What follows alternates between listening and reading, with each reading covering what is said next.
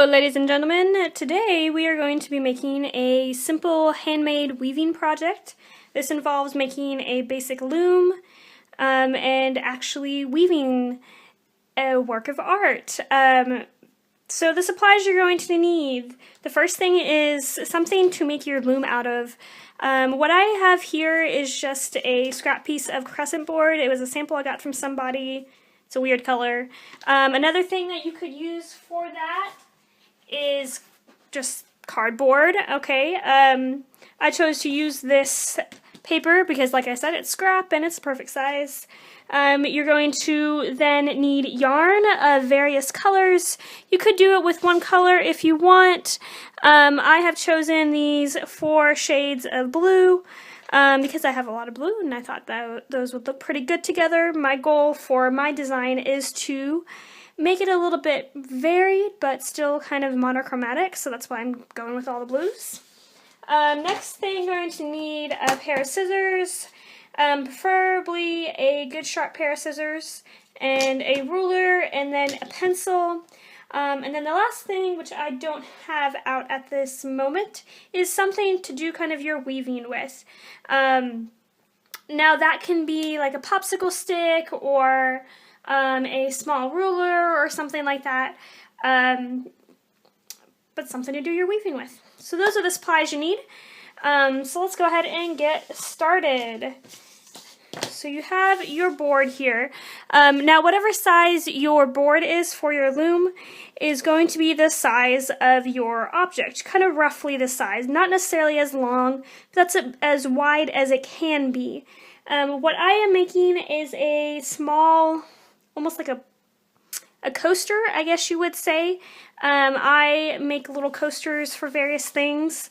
And so mine needs to be kind of a square. So when I weave it, I don't want to worry too much about making it the whole length.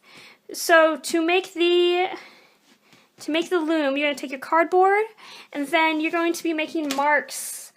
We're going to use the warp, which is up and down, is going to be kind of where we're weaving it instead of doing it. You could do it, you'd use the weft, which goes left and right. So I'm going to take a ruler and I'm going to line it up on the edge, make sure it's parallel, and then I'm going to make a mark. Now how far apart you make these marks, that's how detailed your weaving is going to be. I'm going to do mine, let's say maybe about every 1/2 inch. First one was at 1/4. So wherever there is that's actually 1/4 inch, never mind. At every 1/4 inch, if you have thicker yarn, you might want to do it at every inch or 1/2 inch. If you could use strips of fabric instead of yarn and do this at every inch or bigger. It's just kind of whatever you're going for. Okay, so there's that. And then I'm going to do the same thing on the other side. One little tip that you want to be careful for is that notice I'm lining up the ruler in the same way as I did at the top, so that the spacing on the edges is the same, so I don't have to calculate that, because you want it all to be even. And I marked the wrong thing again. Okay, so let's see, every 1/4.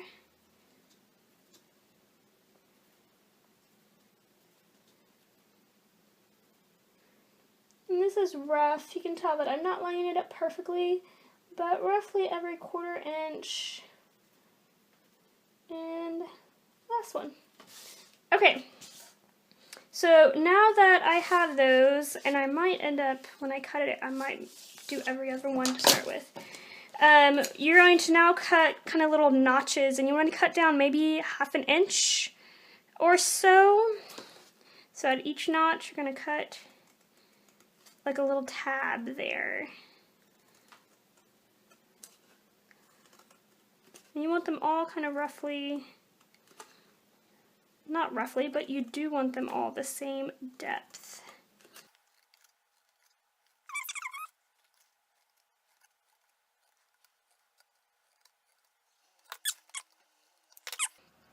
So I went through this whole side and I realized that they all need to be the same length. So My solution for that, and you definitely want to do this in the first place, is measure down how deep you want your cuts to be. I'm going to do mine about 3/4 of an inch.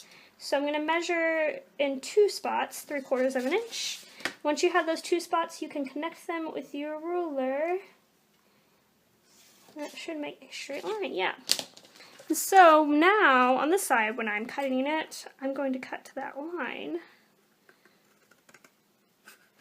And they'll automatically all be the same size.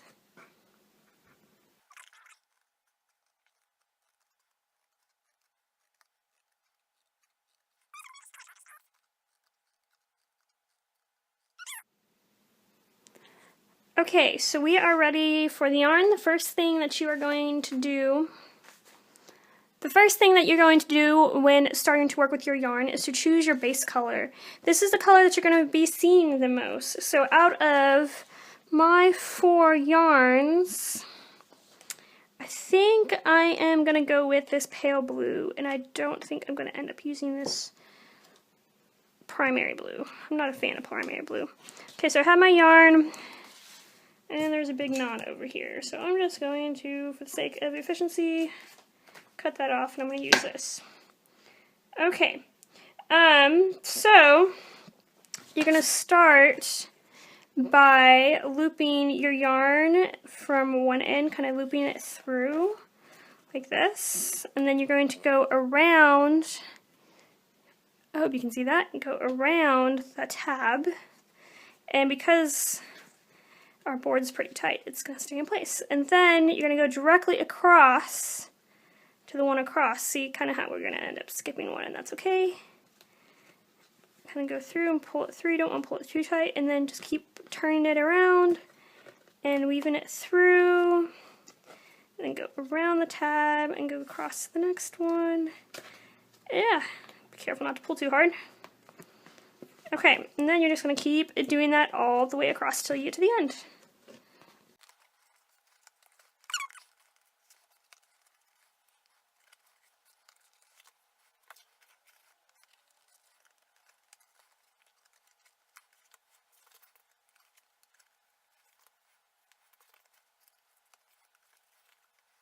Okay, so now I got to the end. For now, we want to make sure that these are actually pretty tight. I forgot to say that. You want to make sure that they're tight. If you didn't pull it tight enough as you want to go back and fix that. And now we have this chunk of yarn at the end. You could go ahead and you could wrap it around the last little spoke and tie it to the string if you're really worried about it coming off. My loom, my board, is really stiff and holding the yarn nice and snugly. So I'm just going to leave a tail like I did at the beginning and cut it off, cut the extra yarn off, and there we go. Okay, so now we are ready to prepare our yarn for weaving. Right now we have the warp, then we are preparing the yarn to make the weft that goes left and right. So what you are going to do first is cut lengths of yarn from the colors of yarn that you're using. Now some people just keep the yarn attached to the skein. You can see how this side is attached. If I was doing it all one color, I could just attach it, but the only thing with that is when you get a little further through, it's a little bit tougher. It's a little bit tougher to add yarn in, and it's a little bit tougher to go further. Especially for smaller projects, what I have found is easy is just to cut several feet of yarn. So I've done that with the 2 colors I've chosen for the final project. And then you're going to want to attach some little piece that's going to help you weave the yarn in and out of the warp. That came apart. Now, you don't necessarily need this, it just makes it a lot easier. You could use a needle, like a darning needle or a quilting needle, something that's kind of big. What I have chosen to use today, and I chose it because I think most of you are going to have this at home, is a bobby pin. So I'm going to just take my yarn and I'm going to stick it through, and then I'm going to make a knot at the end. Yeah, you saw that my first knot just now came out, so I think the reason it came out is because I didn't leave a little tail. So this time I'm going to double knot it on the bobby pin and leave a tail. So this one's ready to go, and let's get this other one ready to go.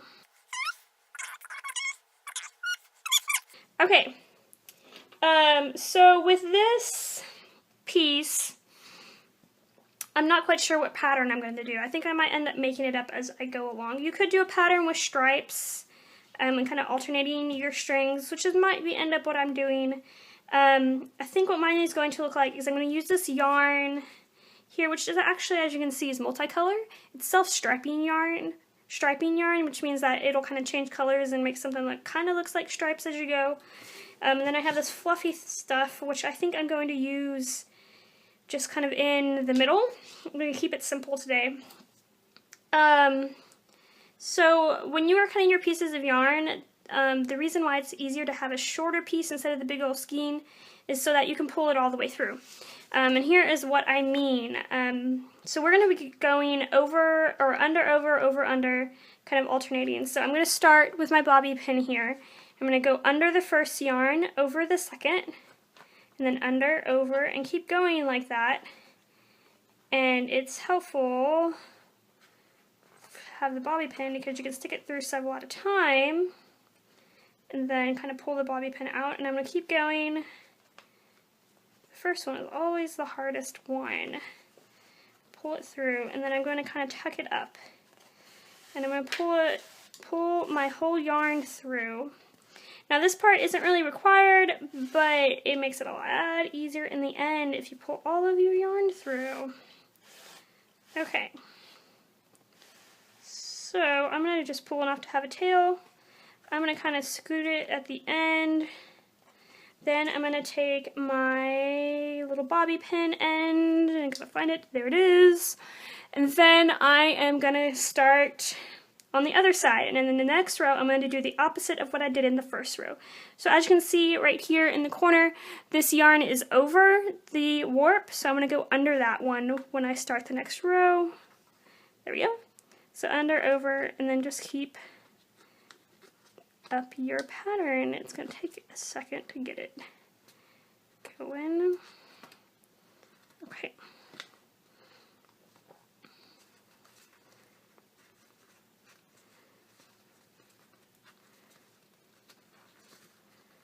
Alright, so then I'm going to pull it through.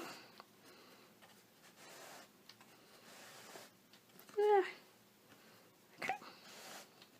This also keeps your yarn from getting all knotted and gross. I know the tail got caught. Okay, so I'm going to pull it until there's kind of just a little knob at the end. Then I'm going to pull it to where it's kind of settled in. I'm going to scoot the yarn close and next to that one. See that my yarn thickness is not very good. There you go. I have the beginnings of a weaving project. So you just keep repeating that over and over again until you get kind of as wide as you want with that color. I'm going to do a bunch more rows and then I'll show you how to switch to the next color. It's really easy. Alright, I have done a bunch of rows of weaving here and I'm ready to move on. You can see the awesomeness of this self-striping yarn. It looks like I used lots of colors, but it was just one piece of yarn. One big tip that or a couple of big tips that I have realized along the way. First of all, you want to make sure and leave some length here between the loopy part of your warp and where you start your weft. And the reason why is because when we tie it off at the end, you're going to want some space to be able to do that. I just went through a bunch of rows and realized that, so I kind of scooted it down. That's why it's a little uneven, but it'll work. The other big tip that I realized was how to kind of make your rows nice and neat and all tight together. A wide tooth comb is super helpful, or just a smaller comb.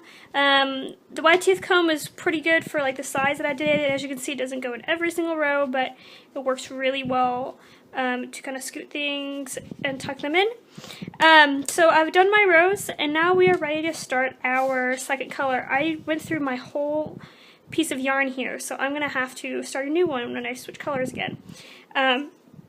when you choose when to stop, you want to make sure and have enough yarn that'll go through with the full next row before you tie on your next string color. And the reason why is because you don't want to have it where your yarn kind of switches in the middle of a row. You could do that if you don't really care about evenness. I'm being a little picky here. So that's why I've chosen to do that. That's kind of your choice. So I'm going to untie my string here from my bobby pin. If you had lots of extra string, you could of course just cut it off. And there we go, we got it. Okay, so I'm going to take this end and I'm going to find the end of my other string, and I'm going to find the end that does not have the bobby pin in, because this is going to be our weaving end now. I'm going to take that, oops, wrong one, take this, I'm just going to tie it in a nice good old knot, and hopefully I will put it in the right place. So let's get this going. There, this fuzzy string is going to get in the way. Keep that in mind if you're choosing your string. Okay, so we have a knot, and I will go back and trim those ends if I need it. So just a quick review on how to weave your rows. So looking at my last string here, it goes over that first weft or warp string, warp string. So I'm going to go under it and then over, under, over, under, over, under, or rather I'm doing the opposite, and pull that through and then just keep going. So you're just going to keep on doing that. I'm going to do this row and then the next row so we can see what the kind of color change looks like. See, I put it all the way through and got the knot through. Ooh, that was pretty darn close. So now that I have that, the technique with the comb is just kind of scoot it fairly close and then use your comb to kind of tuck it in. And it looks like that might show a little bit. So now that I have that through, I'm going to tie the knot and I'm going to trim. Okay, so I got that string re-knotted and I went ahead and did the next row of the new color, and that's kind of what the color change looks like. So what I am going to do next is I'm going to go ahead and weave the rest of this, and then I'll probably have to knot on a new string of this first color to continue the other side. I'm going to do a chunk of the fuzzy in the middle and then another little stripe of this pretty color change at the end. And then I'll come back and we will cut off our warp and kind of tie it off, and I'll show you how to finish that. Alright, so where I left you, my piece was still on the loom, and I had recorded how to kind of cut it off, but for some reason it didn't actually work to record it. So, to summarize, we'll pretend my piece is on the loom. You have your warp strings kind of going here, and then when you flip it over on the back, it has these little loops. So what I found the best thing to do is just to cut off the loops. Do only one side at a time, and then you're going to take the loops in pairs and tie them into, let's show that better, and tie them into little knots. This is just a basic double knot. I don't know if you can kind of see that. And when you tie the knots, you don't want to tighten it too tight, because then it's going to kind of make your rows scrunched together. And then after I did that on both sides, I trimmed all of the strings to be equal lengths, and then I took some kind of tweezers and separated up the yarn to make it all fluffy. It could be tied off in different ways. You could just tie them in several knots and make kind of thick strings. You could tie them in knots and trim off the edges, maybe put a little glue and make it stay. And there you go. So this project is pretty much finished. The very last thing to think about is how the piece is going to kind of be a little bit misshapen. And the reason why is that on your loom, your piece is stretched. And then when you take it off, it's just automatically not stretched anymore. So you can see how mine on the corners, they're being curled up a little bit. The easiest thing to do is really to just let it settle. You just got to give it a little bit of time and kind of let the threads relax and do what you want them to do. So they can basically just become unstretched and relaxed. Some things to hurry that along, you could iron it. You could take the piece dry and put a book on it to press it down. You could dampen it to kind of soften the strings and then press it down. Any of those will make it a little bit faster. What I found the easiest and what I plan to do this time around is just kind of leave it. And there we go, we have our finished project. If you like this crossing project, please give it a thumbs up, or you can even subscribe if you want more art related or art classroom kind of videos. If you have any questions or comments, let me know down below. And thank you very much for watching. I hope you enjoyed it.